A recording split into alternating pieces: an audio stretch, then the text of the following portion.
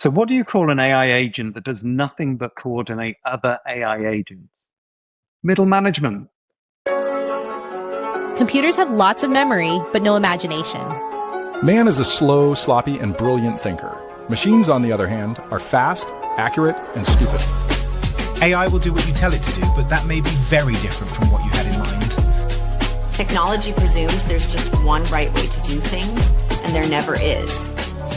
Computers are useless. They can only give you answers. For a list of all the ways technology has failed to improve our quality of life, please press 3. So welcome to ProcureTech Unpacked, episode 2. Hopefully you're going to get great procurement insights, but maybe some questionable humor. Yeah, it's great to be here, Matt, with you once again. Let's catch up, right? Let's take 2-3 minutes before we get into the topic. How was your month since we last spoke? Yeah, I've had lots going on over the last month, that's for sure. Been at a lot of conferences recently. So I was in London for the World Procurement Congress. I was in the SIG Executive Retreat in Salt Lake City. I was at Procurement and Supply Chain Live in Chicago. There's been other things going on as well, other great conferences.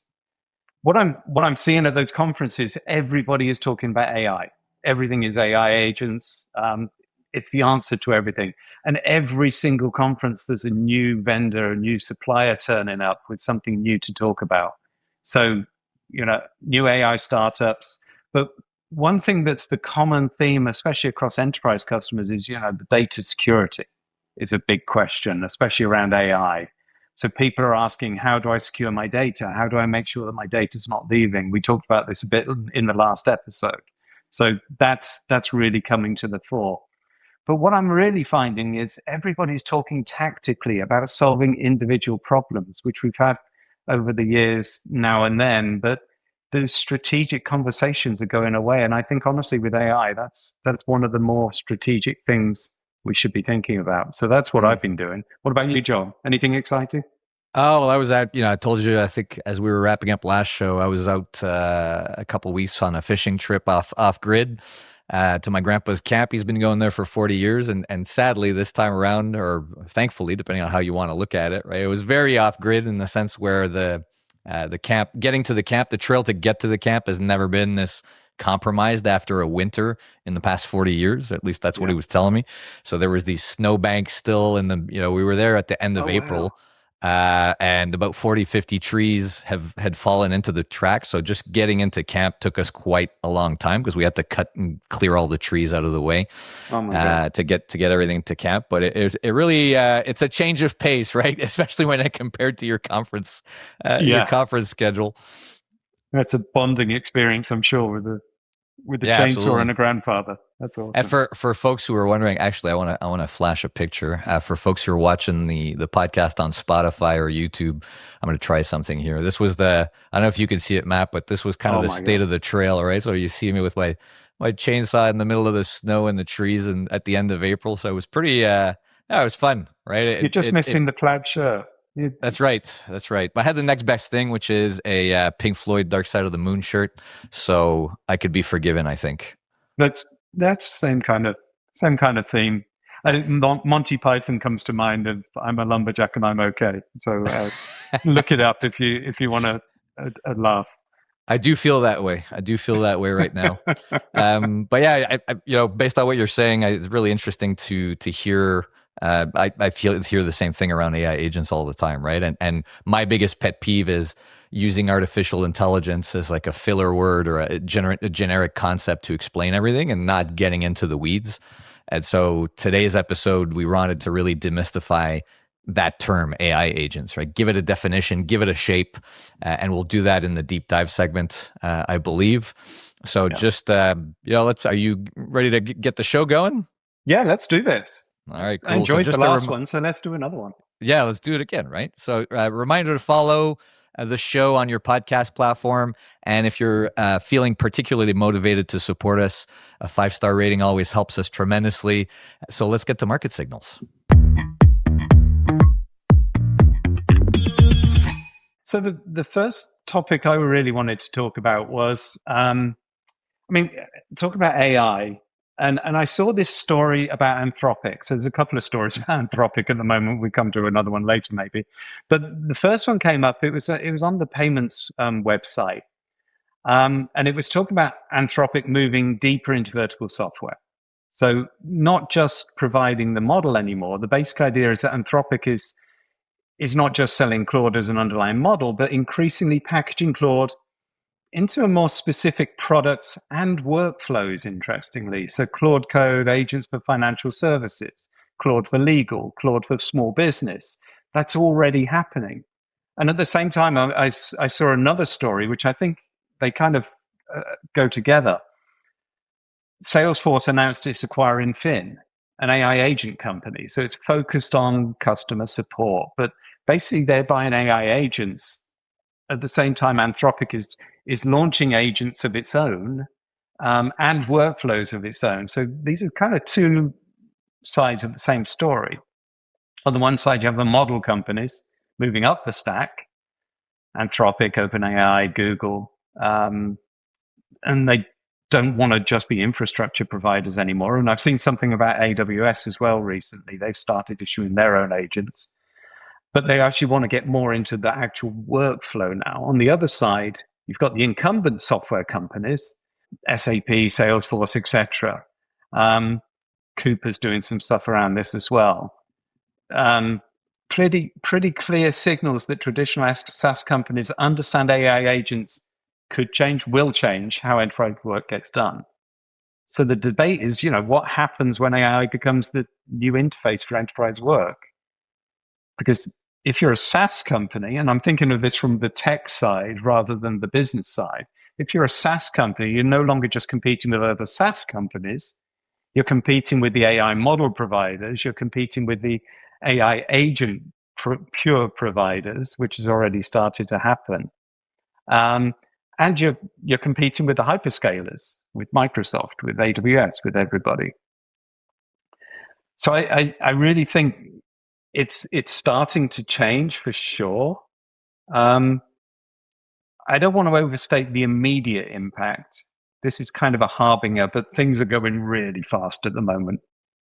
So that's kind of what I was seeing. I'm thinking about it. Procurement specifically, it's not just drafting an RFP at the end of the day. There's a lot more to it. It's not just summarizing a contract. It's not just answering a supplier question, etc. But those kind of models are starting to come through. So how is the market going to change over the next period? It's going to change dramatically. I don't know exactly how. If I'm in a software company, I'm interested to see how this pans out. What do you think, Joe? Yeah, I'm still like, I've seen those things happen as well, but I think I'm less bullish, or I less see like that the LLMs going into the software space, or software going into the LLM space, in the sense where even those applications, whether it be Claude Design, Claude for Legal, etc., or the equivalent with other frontier large language model providers, I see them as still being single player applications. And what I mean by that is the it's for a user to use themselves individually, right? It's not a multiplayer application where we're not getting into giving enterprise the workflow layer, or the application layer, however you want to define that or call that, but to govern workflows at scale for all of their design and govern workflows at scale for all of their users using an enterprise cloud seat or a license. And I don't know that LLM providers are particularly motivated or incentivized to get into the application layer space or the runtime layer. So I'm sure you've seen the same LinkedIn post that I have, but once you graduate, especially with Claude, their model, I think it's 150 seats, where you have a certain capacity of usage, but it's almost unlimited, right? So you have 100 for your needs during a day. So you have 150 seats, and then once you graduate that, you can no longer work in seats. You start getting regular API call fees. And I've seen these posts on LinkedIn of people saying like, hey, we were paying for seats and we were paying, I don't know, 40K in licenses. And overnight for the exact same usage, we went to 400K. And so you're needing to do governance and ask yourself questions around the number of seats that you have, and is the value truly there, and all these big questions. And for most organizations where governance is very low maturity, like they're going to get caught in these cost traps with LLM providers. And so I don't see the LLM, or I don't think the LLM providers want to give tools to customers to limit that usage, so to speak, right? So that's maybe why I have a different perspective. I think I'm less bullish on LLM going into the software space, and for Salesforce, like that Salesforce article, or I'm less bullish on people on application providers developing their own LLMs just because of the massive CapEx costs that have been involved in doing the build out. But at the same time, I may be wrong in the sense that the cost may continue to go down to do these things, but I'm not seeing that short term as you mentioned. Thoughts? Yeah, and I think you're right about. I mean, the pricing definitely is something most procurement people are going to get upset about. I mean, every procurement person I've ever spoken to over the last 30 years, they're all about costs that they can count on, and really understanding what the cost structure looks like. Variable procurement people don't like variable costs generally. That's what I find. In fact, they hate them. If that's the way it's going, that's going to be a big shift. It's not like a Netflix subscription anymore, where I know I'm paying however much I pay on Netflix. It's probably too much every month, but it's going to be, based on usage. That's going to be a problem. People have a problem with user fees, let alone anything else. Yeah. I think the governance, though, coming back to that topic, the governance of the whole process flow, the workflow, and making sure that policies are adhered to and everything within enterprise is the most critical thing around AI at the moment. We can all build an AI agent. That's not a big deal. Building an AI agent that actually follows your policy and process and is contextual to you as a company, that's difficult. And that, you could potentially deploy 1,000 to 1,000 users for them to use in their day-to-day, except of just you. And that's what I mean by like single player versus multiplayer, right? That's right. Yeah, but, it's an interesting topic. I obviously you keep watching, and that's part of my job now, is seeing what's going on in the marketplace. It's a full-time job. It's moving so fast, but interesting. What about you? What did you find? Yeah, so for me, it was going a bit more micro. I wanted to give you guys more proof, or you more proof, Matt, about my theory about the great convergence, right? About traditional old guard source to pay suites and these new intake and orchestration first providers, that they're all becoming the same software category. And so I just wanted to kind of quickly rattle off what I've seen as press releases come out from our space in the last month, right? So on the partnership and acquisition front, we've got Vertex acquiring Vendor in the States, Anthropic and Omnia partnering, of course, Coupa acquiring Rosum, Tonkian, and Searchuo last year. And I think there was a fourth acquisition, which escapes me right now. But we've got old combining with new in Coupa and Tonkian. We've also got new combining with new to be able to spread out along the completely end-to-end supply chain and or different geographies and or new data sets to support their existing value prop. So there is some consolidation happening. And then on the product release side, we saw that Jagger released, I think it's called J, or JAI, if I spell it out correctly, which is their new in-app global AI assistant or AI agent. Ivalio released Eva, which is the equivalent on their platform. So we're seeing the old guard providers really try to step up and meet the moment in terms of being able to provide AI agents, if not generic ones, then a tool suite for you to have a generic one, and then potentially build sub agents or more confined agents. And we'll get to that in the deep dive as to what that means. And then on the newer player front, I saw Zip releasing super agents and their governance, pushing on governance, which you mentioned in the last story as a key, and I wholeheartedly agree with. And so, the old guards realize they need to provide AI agents and toolboxes and workflow capabilities to customers. And on the other side, we've got the new guys going, we have the data model. Maybe we weren't as strong in governance as the old guard. And so they're also meeting the moment in terms of being able to deliver those governance, configuration, guardrails, business rule capabilities to the market as well, right? So, yeah. That's Yeah, what I'm seeing. yeah, I think it's the same story, a different generation. Honestly, SAP started in 1974, was the new kid on the block, and as time went on, they acquired companies with the new technology and everything. So innovation for most large companies seems to come from outside, honestly. And we talked about SAP last time, and how they're becoming now an AI company. Interesting. I was literally just got off the phone this morning with a very, very large company out of Europe, and we were talking about AI and how we can provide AI and what AI is available. And they have a very, very strong directive within the company that they have to provide the AI models themselves. So all these companies investing in AI and bringing AI to you, some of the companies out there are not going to allow you to even use them. You're going to have to use their models and repurpose their models. So I think nobody really knows what way this is going to go at the moment.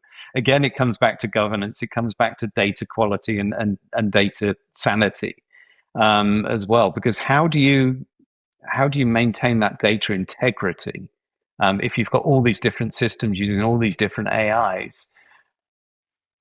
Coming back to our last point as well, with Anthropic and companies using stuff, it's really it's a moment of divergence, probably of AI, and these companies have got to have AI. You can only get funding with companies often if you have AI in the title, but I think AI is still overused as well, honestly. I mean, a lot of it could be automation. You don't have to have AI. Yeah, and we'll get into that in the next section. But I think that's a great way to wrap the two stories together, right? We've got, to me, there's still this red line where you've got LLM providers or AI providers on one side, and then you've got the applications layers, and in procurement we named a few during the second story. And to me, these are two separate spaces. And to your point, because governance is so important, and because depending on my geography, we covered last show that the LLM providers are exploding in terms of number in the world, right? I do believe that what you're pointing to as bring your own LLM is going to be increasingly a thing, right? I think so. Companies are going to select models that they vet, and or they're going to want to use certain ones, and then they're going to bring them to their application layer, and it's all about like the partnership and the ability to deliver after that. Yeah, absolutely. Yeah, right, cool. And that's without talking about Fable, the U.S. government. Yeah, and maybe we keep that story for next time, because otherwise we're going to blow a lid off the timing of the show. But yeah, because let's end it there for now. Absolutely. Yeah.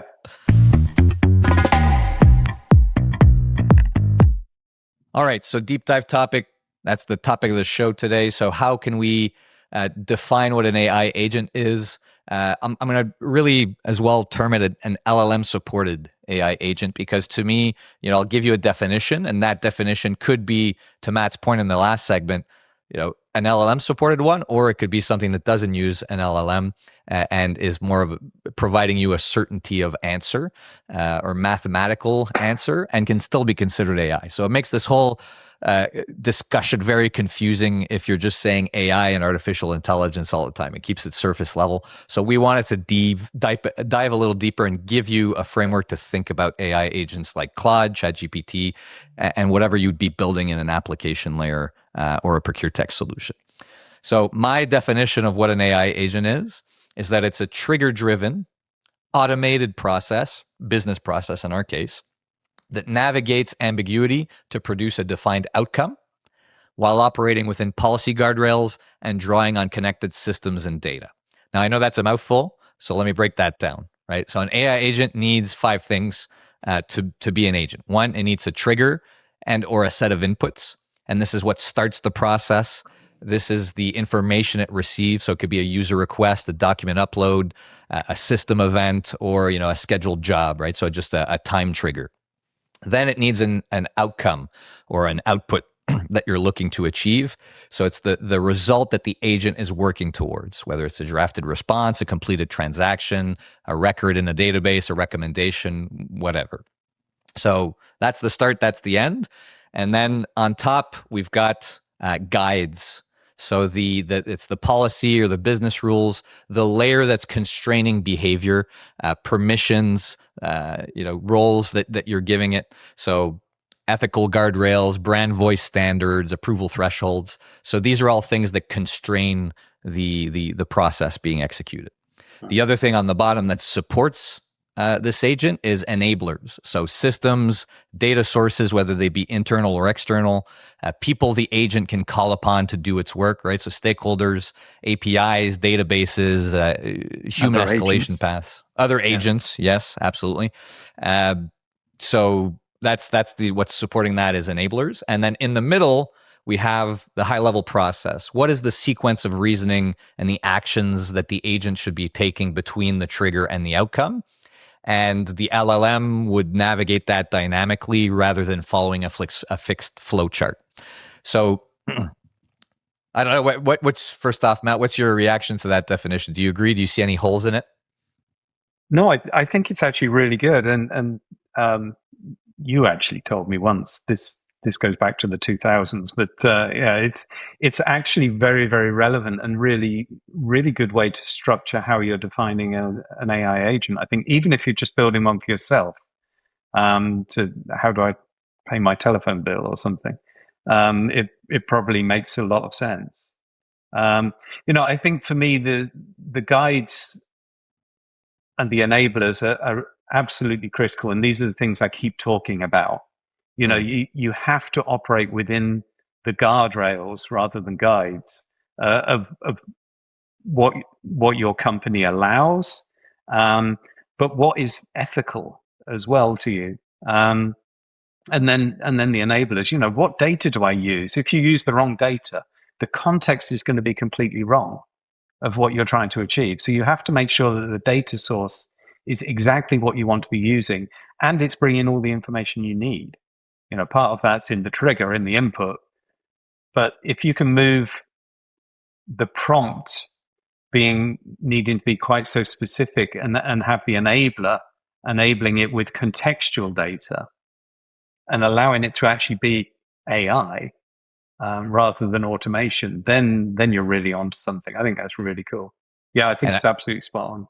And like when you were saying that, the example that came to mind, like how many times have I had a conversation with, a Claude or something like that, and it gives me a conclusion, and then I go, wait, what about this piece of data, right? And it goes, oh, that changes Good everything point. completely, right? And you go, well, if I was relying on you, this would have been a catastrophe. Essentially, Yeah, right? yeah. I would have purchased the Humvee.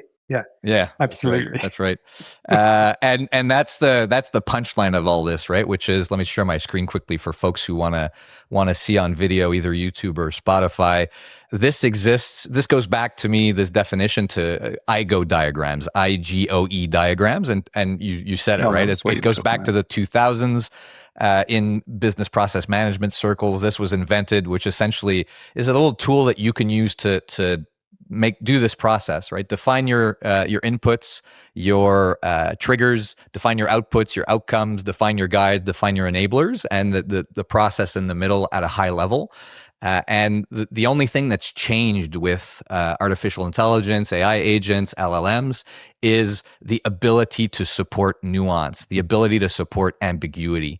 And so that's to me the raw material of a business process supported by an agent is still the same. Right. So I just wanted to flash that quickly because I think that's the big reveal to me, right? Is like, hey, we're still doing the same thing, which is managing business processes. We're just doing it with ambiguity supported now, which is a game changer. Don't get me wrong, but the fundamentals are still very, very important.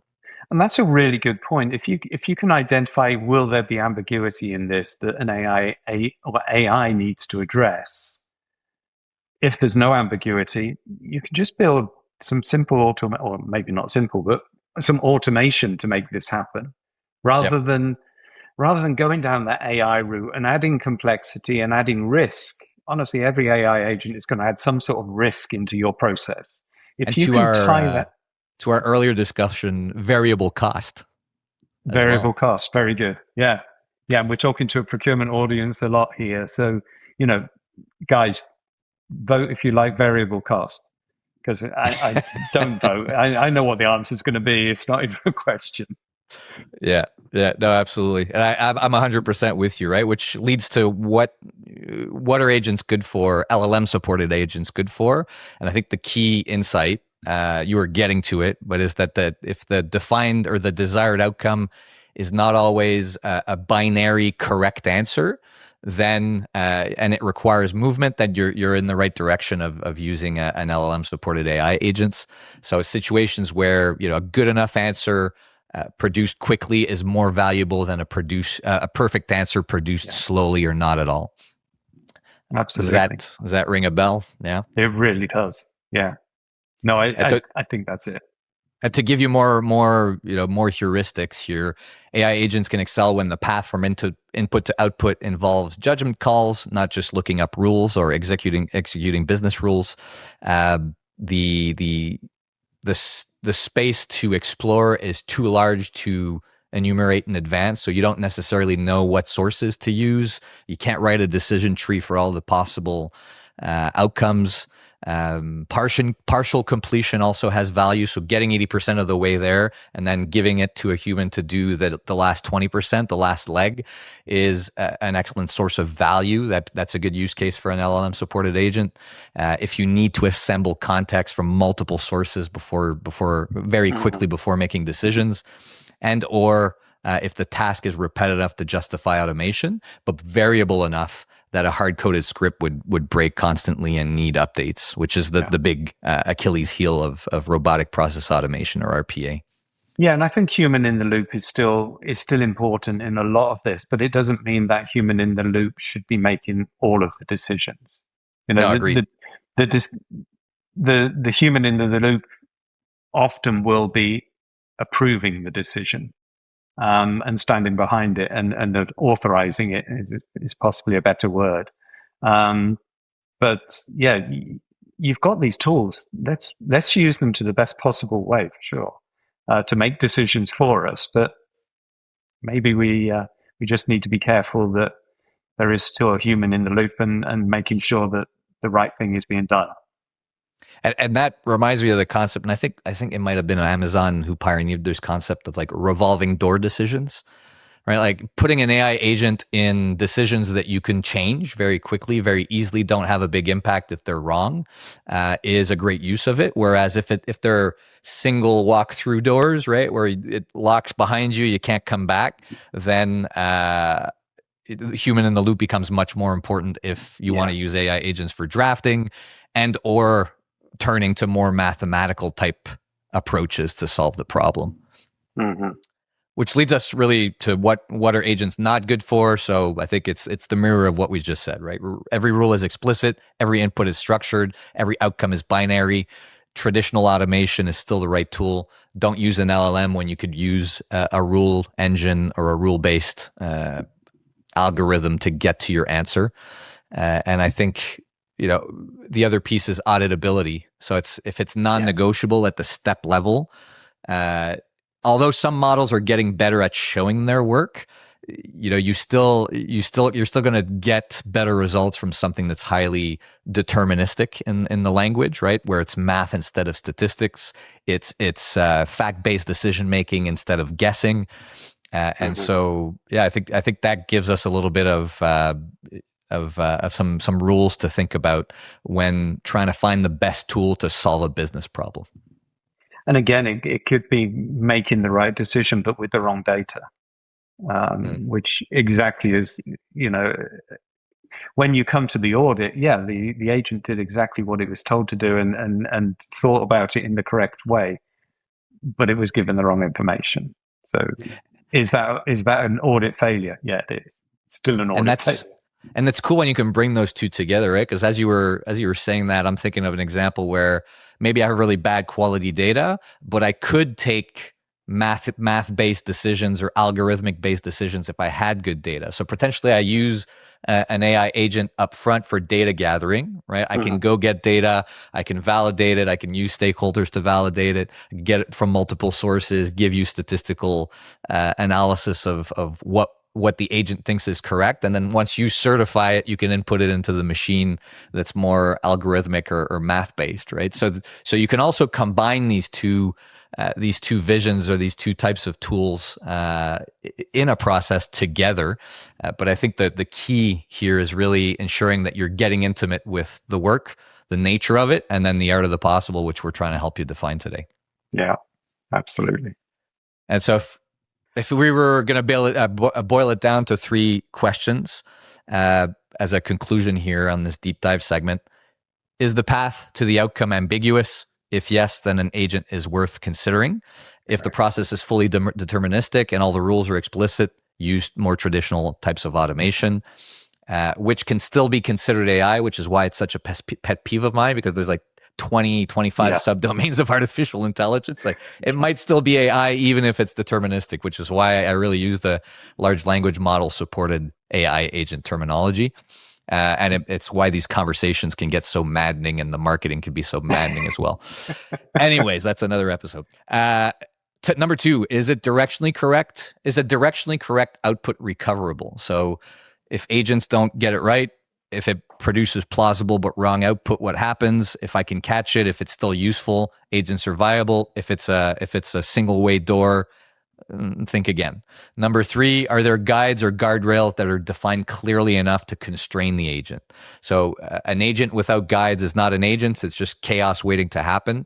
So before deploying agents in production, and I think this is why, in the news we always say, oh, everybody's getting stuck in proof of concept, is you need to be able to answer, what's the agent not allowed to do? Right? What does it have access to? What does it not have access to? How are we building that into its permissions? What escalation paths exist if it hits the edge of its authority? And so if you can't answer these questions really correctly or right, or explicitly, I should say, it's not ready for production. And so and that you said about being stuck in proof of concept, where I'm finding that companies are getting stuck at the moment in a software decision is actually at CISO, at the Chief Information Security Office, because they don't know. Yeah. They know that they don't want stuff, but they don't know what they do want half the time. So they don't know what the guides are, what the guardrails are half the time, or they're so onerous that nobody can ever possibly provide what they want. And that's a big problem. So I think there's a couple of stumbling blocks there.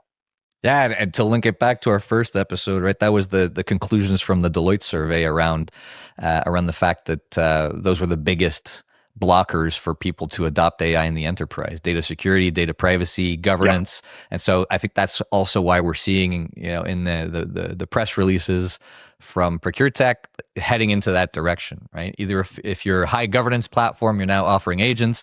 If you're offering agents, you're going the governance route as well, because this is the key to unlocking this whole thing. Absolutely. All right, I think that's a great place to end for this deep dive. So let's move on to rapid fire. Thanks, Joe. Interesting. Hey, gents, I'm so excited to be joining you. We have Maya with us, who's a producer on the show. And she told us that last time we were old guys trying to do a young person's game. So we thought we'd bring a young person to explain to the old guys what the game is this time around. I said it way more politely. Gen X. Yes, I'm affectionately referring to myself as the Gen Z correspondent, and I have a really exciting game for you guys to play today. Apparently, I learned that this game has been enjoyed long before I was enjoying it in middle school and high school. It's called affectionately Kiss, Marry, Kill, but we've changed it to be a little bit more business forward. We're calling it Keep, Kill, Pivot. And what's going to happen is y'all are going to go through a few different procurement trends and decide if you should keep it, if it's something you enjoy and has a lot of value for teams. If we should kill it, it's a trend that we do not need to continue perpetuating, or if we should pivot. There's a little bit of value, but something needs to change in the way it's being used or practiced in teams today. Okay. Yeah, we called it Shag, Marry, Kill. Was that's what you played in grade school? Yeah, it's what we played in the 70s. Yeah. Cool. I used to play MASH a lot. I don't know if that's like you had the sheet of paper and you had your house, and anyways. Yep. Neither here nor there, maybe for another episode, but I think it's pretty clear, Maya. Thanks so much for putting us on the path here. Talk to you soon. Leave you to it. All right. So keep, kill, pivot. So a trend that needs to keep going, kill, need to get rid of it, pivot, change. We need to change to make it work. I'll start with you, Matt. What about autonomous sourcing? I see it all over the place. Do we need to keep, kill, or pivot? Pivot. Definitely pivot on this one. It's mostly theater, I think. If we're not careful, we're going to just have bots talking to bots, and it's irrelevant at that point. Procurement doesn't need a robot buyer. It needs to be very sharp with a co-pilot that removes that donkey work, leaves judgment for the adults. Honestly, my opinion. I'd push back slightly on that, because I think there is room for autonomous or automated sourcing, or however you want to term it. But to our earlier discussion today, you need to be able to define the business rules, to define the box, right? So maybe it's just for a specific spend category, right? You need to be very systematic about it. But I do believe if you're able to get to a high level of intimacy, to use my term, with your processes and your categories and your supplier base for that category, you can get to a very high level of autonomous sourcing in that category. But I think we're kind of using it as a blanket term today, where we say, oh, just, launch an agent and they'll go scour the internet and source everything for you and it'll be dandy. And I think, that's where I would 100% agree with you on that, right? But to me, there's a nuance there, which might mean a pivot in the marketing. I don't know. Yeah, I still think it's a pivot. I think autonomous sourcing, if it's worth sourcing, then it's worth sourcing properly. If it's just buying something at the lowest price, there's catalogs for that. Marketplaces. Honestly. Yeah. Just buy it from one of the big marketplaces, whether it's Grainger or AWS or somebody. Okay, I've got one for you. Supplier collaboration and co-innovation. So supplier collaboration and co-innovation to me is it's a keep, and it's a amplify even, because I think it's so underrated in terms of a business capability. So a lot of the work, and I go back to, let's use direct procurement and just the P2P process as an example, because that's where all the crunchiness happens in procurement, right? Where all the exceptions, and I asked for 10, you sent me 8, wrong unit of measure, we didn't confirm, you partially confirmed, we got to split lines, all this stuff happens. And that's all stuff that's happening today via phone, via email, or stuff shows up and we have to deal with exceptions. And so if I'm able to really bring supplier collaboration, which is a very ambiguous term, to concretely to business processes, supplier PO confirmations being a great example of that, and being able to map out the different use cases or families of use cases. Like, we're confirming on quality, quantity, price, and potentially Incoterms and other parameters, and then being able to say, okay, if the Incoterms are different, how do we route it? If the price is different, how do we route it? Is it on contract? Is it not on contract? And getting intimate with those business rules and the data that we have in the back end to make decisions. When do we route it to procurement? When do we route it to the plant for decisions on delivery dates? When do we kick it back to the supplier? If you're able to do that collaboration at scale on a tool that's facilitating, what you're doing manually today, oh my God, does it unlock value in my mind, right? Absolutely. And so, and there's a high degree of co-innovation or co-configuration that's required, because it highly depends on your business rules as a business, right? So I think it's keep and push much further. I think you're right. I would say pivot, actually. I would say pivot on that one. And the reason being that the way it's done today is banal, honestly. You think like EDI? You can't call a QBR business collaboration or supplier collaboration or co-innovation, not unless you actually do exactly what you just said. So I think we have to pivot. We have to do it very differently. It has to be always on. It's not something you do on a quarterly basis. That's really critical to that, I think. So for me, it's a pivot, but Yeah, and this may be the old guy again, not getting the definitions right, but I think we're on the same page on that one. Let me throw third-party risk management to you. For me, this is a big, big keep. I think risk has become more and more important. It's moved from the basement to the boardroom, if you like. The latest changes in government, in governance, in administration, the whole tariffs thing, the OFAC checks, all that kind of stuff. it becomes so much more critical to businesses. And with people moving around between suppliers much more often because of global impacts, I think this is so critical to everything that goes on. It's not. I think any procurement team still treating a supplier risk as an annual questionnaire is honestly whistling past the graveyard.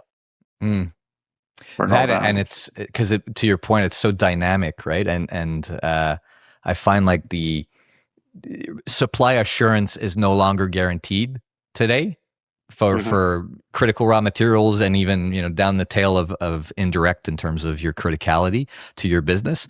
But supplier assurance, there's always a question mark, and so to me, that, to your point, brings risk to the forefront of things that need to be managed just to ensure we could stay in business.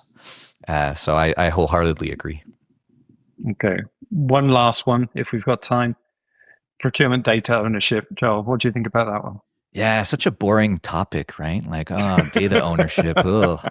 So to me, it's a keep again, but I'll say pivot based on what we said last time. They need to pivot the marketing, right? We need to start calling it something else, because to me, and we've been illustrating it time and time again through this episode, if you don't have good enablers, data enablers to your business processes, you can slap LLM agents on top of it, you're still going to get a crappy result.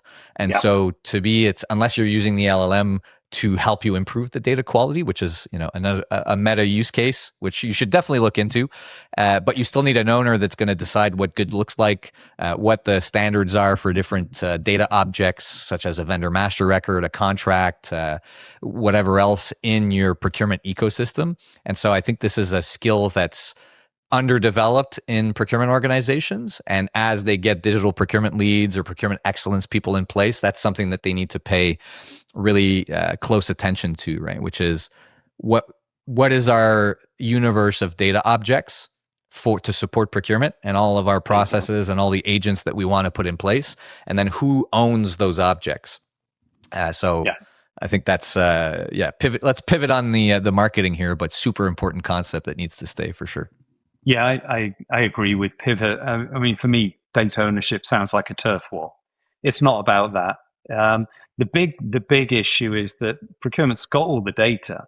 They just can't access it in a valuable way at the moment in a lot of cases. So consolidating, bringing it together is really critical, because at the moment people are making a pig's ear of managing their data, and they're not getting the value out of it that they should do, I think.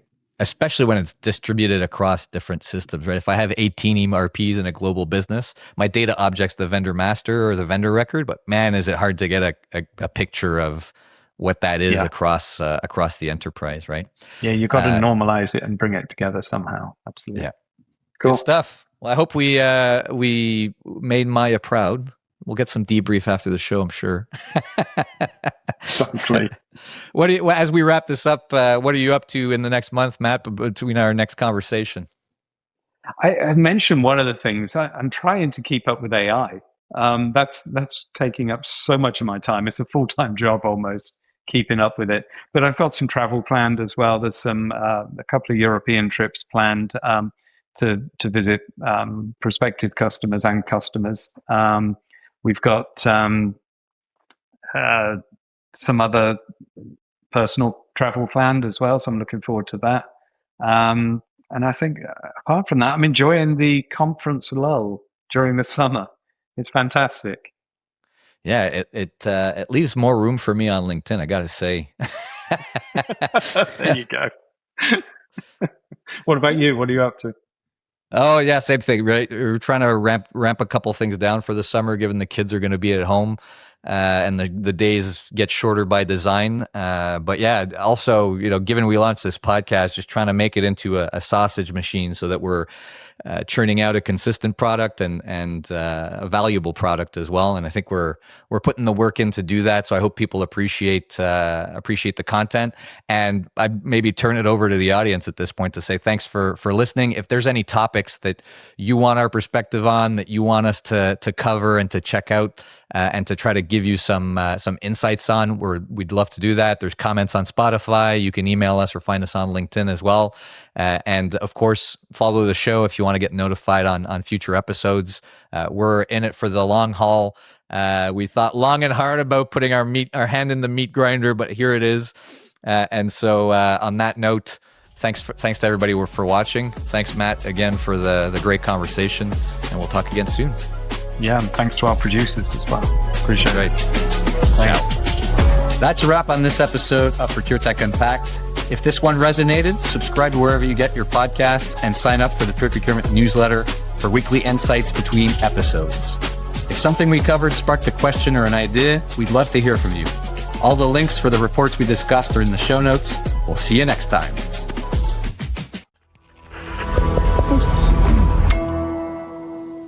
Resonate.